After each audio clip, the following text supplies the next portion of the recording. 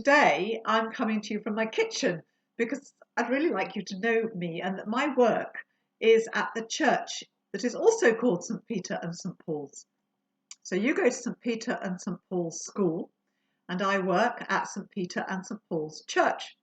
And so the two things, school and church, are linked. And I wanted to talk to you a little bit about what's happening in the church calendar because we have a special time coming up in the church.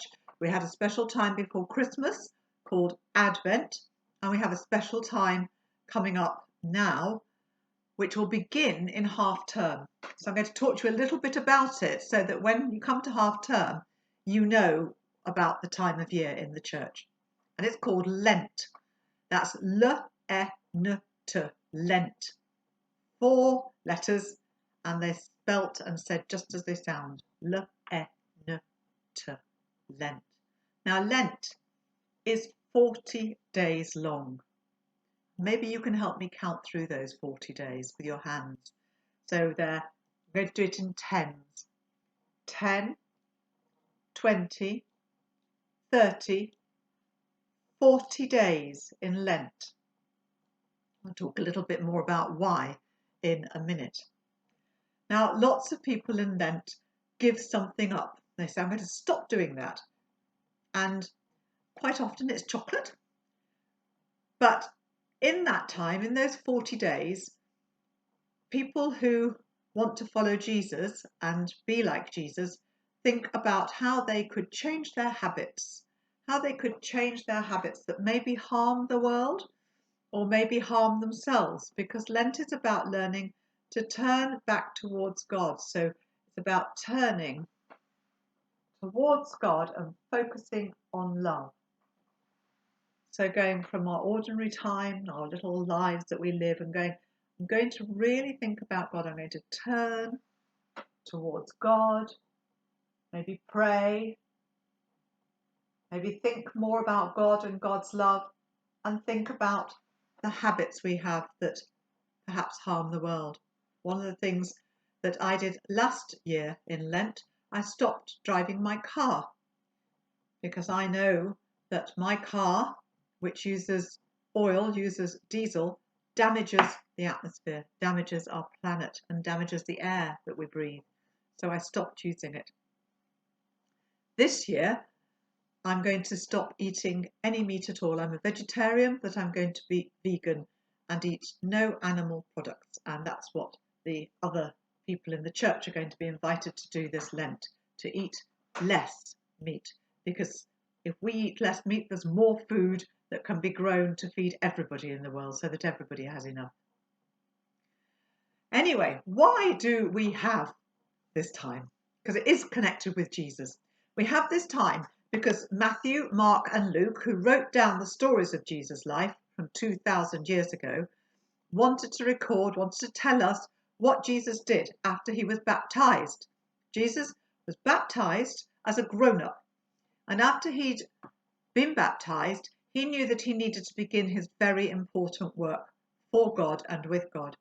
And to think about that, he went away. He went right away to a place where he wouldn't be interrupted, where nobody would disturb him. And that place was called the wilderness.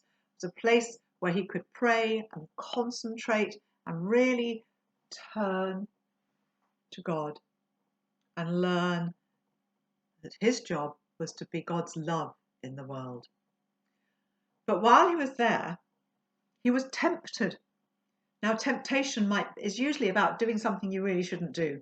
So it can be tempting sometimes to take an easy way out of something when it's better to do the hard work. It might be tempting to write somebody else's answer, but actually, if you work it out for yourself, you'll really understand it. So there's lots of things, but I'm not going to talk more about that now because I'm going to tell you about what Jesus was tempted to do.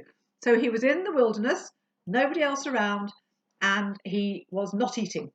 He was not eating and he was praying to make his mind really focused on God.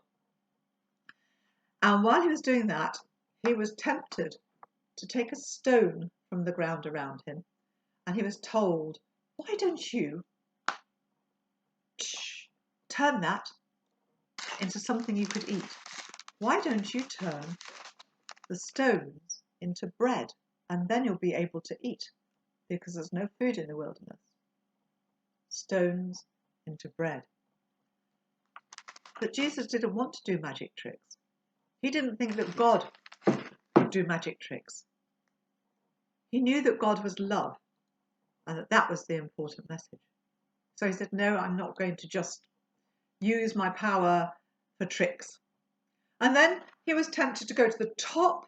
We have a spire at the church at St. Peter and Paul's. He was tempted to go to the top of the temple, which is like a massive church, and stand on the tip of the tower and throw himself down and be caught and be saved, because Jesus was God on earth. He wouldn't die in that way. He said, no, that's a trick. That's not going to prove anything. That's not going to draw people to me. They'll just think, oh, wow, but they might not think much more.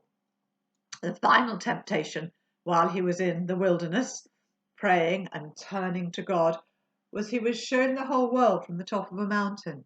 He went to the top of the mountain, he was shown the whole world, and he was told, you could have all of this. You could be the king of all of this by fighting. Now, if we know in our hearts, and he knew that God is love, then being king of the world by fighting, not going to happen. So he said no. Stayed there for 40 days. You remember how many that is? Because we're going to be having 40 days in our lives. 10, 20, 30, 40. After that, he returned to his followers and he started to live with them, eating, talking, laughing, walking, praying, and so on, and meeting lots of people and showing enormous signs about how God's love can be in the world.